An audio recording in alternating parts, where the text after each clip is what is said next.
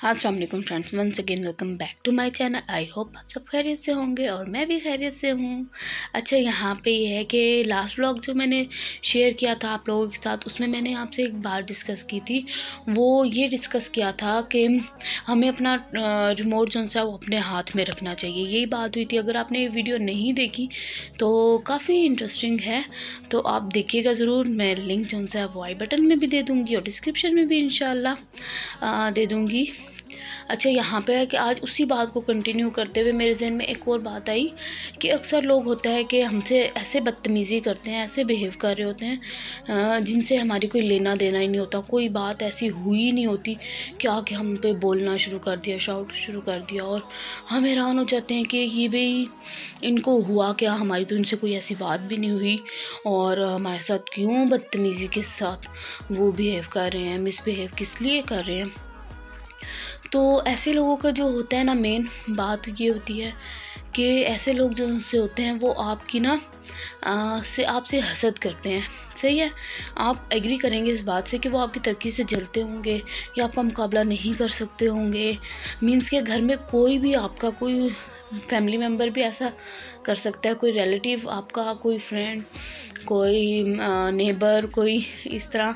तो ये है कि अगर कोई इस तरह कर रहा हो तो आप उसकी मेंटालिटी को समझने की कोशिश करें और एकदम से उसको रिएक्ट नहीं करना चाहिए हमें आगे से भाई, कि उसकी बात सुननी चाहिए पहले कि वो कर क्या रहा है, बोल क्या रहा है।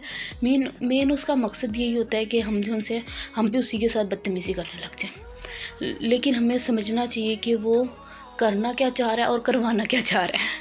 सही है, यहाँ पे हमें ये करना चाहिए कि हमें जो है ना उनको ना एकदम से जो है रिएक्ट नहीं करना हमने उनके ऊपर, ठीक है। हमने उनको रिस्पॉन्स देना आगे से। मीन्स कि जब वो कोई बात कर रहे हैं इस तरह, तो हमने आगे से खामोश रहना, बिल्कुल खामोश रहें और उनकी बात तसल्ली से सुनते रहें। ठीक है भी, अपना गुस्सा निकालो, जो कुछ है निकालो बाहर, ठीक है। जो भी अपना रिमोट हमारा हमारे हाथ में है, ठीक है। हम उनको उस तरह नहीं कर सकते कि भी जैसे आप कह रहे हो ठीक है गुस्सा करो, तो हम भी गुस्सा कर देंगे। हम अपना रिमोट अपने हाथ में रखेंगे और साइलेंट मोड पे रहेंगे, ठीक है। तो हमने ये करना है कि हमने बिल्कुल खामोश रहना, उनकी बात सुननी है पूरे ध्यान से, तवज्जो से और खामोशी से, और देखना है कि वो कहाँ पे एंड होते हैं और क्या है क्या नहीं। इतनी देर में जितनी देर वो बोलेंगे, पॉसिबल है 2 मिनट्स बोलें, 5 मिनट्स बोलें, इस तरह करके। तो जितनी देर बोलेंगे आप खामोशी से बस उनको सुनते रहें, सही है, सब्र करें।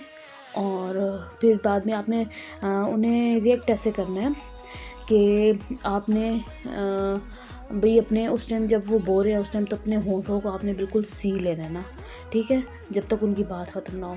फिर उसके बाद आपने रिएक्ट ऐसे करना है कि उनको आगे से टॉपिक आपने चेंज कर देना है। सही है कि अच्छा और सुनाओ, अच्छा ये हो गया, अच्छा मारो गोली, अब आप और सुनाओ और क्या हो रहा है, काम कैसे जा रहा है, फलां फलां, भाई जिस फील्ड से रिलेटेड है और क्या है क्या नहीं। तो इस तरह की बात करके आपने आगे पीछे कर देनी बात। जब आप उनके साथ 1 दफ़ा या 2 दफ़ा ऐसे करेंगे तो उनको खुद ही समझ लग जाएगी कि मेरे करने से इस पर तो कोई असर हो नहीं रहा है, तो लिहाजा जी मैंने तो इसके साथ अब बदतमीज़ी करनी नहीं है।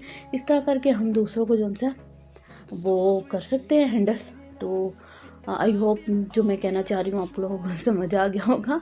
खैर मैं कोई लेक्चरर नहीं हूँ या कोई काउंसलर या कुछ इस तरह नहीं, बट अच्छा है हमारी लाइफ में कहीं ऐसे लोग आते हैं और मेरी लाइफ में भी आए हैं और मुझे नहीं पता होता था और मैं आगे से उन्हें रिएक्ट कर देती थी और फिर मामला गड़बड़ हो जाते थे। बट अब समझ आ गई है तो फिर मैंने कहा चले आपको भी बता दूँ, माशाल्लाह समझदार तो आप सब हैं। तो अच्छा ये है कि यहाँ पे मैं ना चिकन साफ़ कर रही थी और मेरे हस्बैंड ले आए थे, तो फिर हमने इसका क्या किया तो मैं आपको आगे किसी ब्लॉग में बताऊँगी। सही है। और एक्चुअली यहाँ पे मैं आपके साथ ना अपनी इवनिंग की रूटीन शेयर कर रही थी। इवनिंग में किचन में क्या कुछ काम होता है और जो हाउसवाइफ होती है ना उनका तो सारा काम, उनका सारा टाइम जो है वो किचन में ही गुजर रहा होता है। ऐसा ही होता है ना, एग्री करेंगे आप लोग। और गैस तो आ नहीं रही तो बर्नर पे ही रखा हुआ है हमने, तो बस यही हालात है। तो इस पे फिर गैस आ जाती है, स्टोव वगैरह पे थोड़ा पॉसिबल नहीं हो रहा होता, किसी टाइम नहीं आ रही होती है, तो इस पे फिर भी अच्छा खासा गुजारा हो ही जाता है हमारा। तो बस ये है कि दाल बना ली थी, उसको कुकर लगा लिया है, चिकन साफ़ कर लिया, एक ग्रॉसरी थोड़ी बहुत की हुई थी। और ये आज मैं देख रही चेक कर रही कि भाई और क्या कुछ लाना है। तो देखा तो चोको लाई हुई थी बच्चों के लिए, जो कि बहुत ज़्यादा मीठा है मुझे तो बहुत मीठा लगा है, बच्चों को अच्छा लगा। और कैंडी लैंड का है, हलाल है ये। तो ये जब मैंने देखा तो बच्चों ने ख़त्म कर चुके थे। और ये मैं कैल्शियम के लिए मेडिसिन यूज़ कर रही हूँ कलसांडी, जो कि मुझे बहुत अच्छी लगी है। 3 मंथ्स तो एटलीस्ट हर किसी को यूज़ करनी चाहिए, और फिर थोड़ा टाइम का ब्रेक दे के आप फिर से स्टार्ट कर सकते हैं इसको ना। आपने देखा होगा यहाँ पे मैंने बहुत सिंपल तरीके से दाल बनाई, जो कि बहुत ही डिलीशियस और बहुत ही ज़बरदस्त बनी थी। और कुकर में तो झटपट बन जाती है। बस इसके बाद अब मैं इसको तड़का लगा दूँगी और रेडी हो जाएगी। और अगर आप इसमें देसी घी ऐड करें और साथ थोड़ी सी काली मिर्चें, तो क्या बात है, सोने पे सुहागा हो जाएगा बट ये है कि मेरे हस्बैंड को भी इतना देसी घी नहीं पसंद, तो बच्चे नखरे करते हैं। बच्चों को दिन के टाइम मैं दे देती हूँ बीच में देसी घी डाल के, उन्हें पता भी नहीं चलता। और यहाँ पे बस मैं तड़के की तैयारी कर रही थी, तड़का लगा रही थी। मैं कहा चलो जी साथ साथ तड़का लगा के तो ये काम भी ख़त्म करें, क्योंकि गैस जो सी है वो नहीं भी आ रही होती ना, फिर गैस ने चला जाना होता है, टाइमिंग है इसकी। तो उसके जाने से पहले पहले जो है ना हम लगा लें तड़का शड़का, और बड़ा मज़ा आता है जब तड़के की आवाज़ आती है। तो यह है कि बहुत ही ज़बरदस्त किस्म की दाल तैयार हो गई थी यहाँ पे। बस जब दाल रेडी हो जाए तो एंड में फिर मैं गरम मसाला डाल देती हूँ, धनिया जो सा हरा वो भी डाल देते हैं, बट इस टाइम घर में था नहीं तो फिर मैंने यूज़ नहीं किया। बस इस तरह ये सिंपल सा डिनर हमारा रेडी हो गया। और ये है कि फिर जब ये दाल बन जाती है तो बच्चे भी को भी अगर हम दे दें ना, शौक़ से खा लेते हैं बच्चे। तो मैं इस टाइम फ़िलहाल तो अपने लिए डाल रही थी, तो फिर मैंने अपने लिए थोड़ी सी दाल डाली। तो मैंने कहा चलो जी ज़रा खा के देखें, मज़े लें इसके। तो सर्दी में तो वैसे ही मज़ा आ रहा होता है ऐसे गरम गरम दाल लेने का। तो आप बताएं आप लोग भी इस तरह करते हैं कि नहीं। और पांडे के ख़त्म होने का नाम नहीं लेते धो धो के तो फिर इकट्ठे हो जाते। तो मैंने कहा हाथों हाथ इसको भी साफ़ कर लिया जाए, क्योंकि गीज़र तो अभी लगा हुआ था, गैस आ रही थी, तो फिर पानी तो गर्म आ रहा था। और वैसे भी साथ साथ साफ़ कर लिया जाए तो बहुत बेस्ट रहता है ना, क्या कहते हैं आप लोग। अच्छा ये है कि मेरी ये कढ़ाई जो सी है ना, ये लोहे की कढ़ाई है। इस तरह काली जो सी है वो इस वजह से होगी कि ये जो इसके है ना, यहाँ से ना इसका ना सारा ऑयल जो सा, अगर इसमें कोई चीज़ फ्राई करती थी या कुछ, तो वो सारा बाहर की तरफ आता था।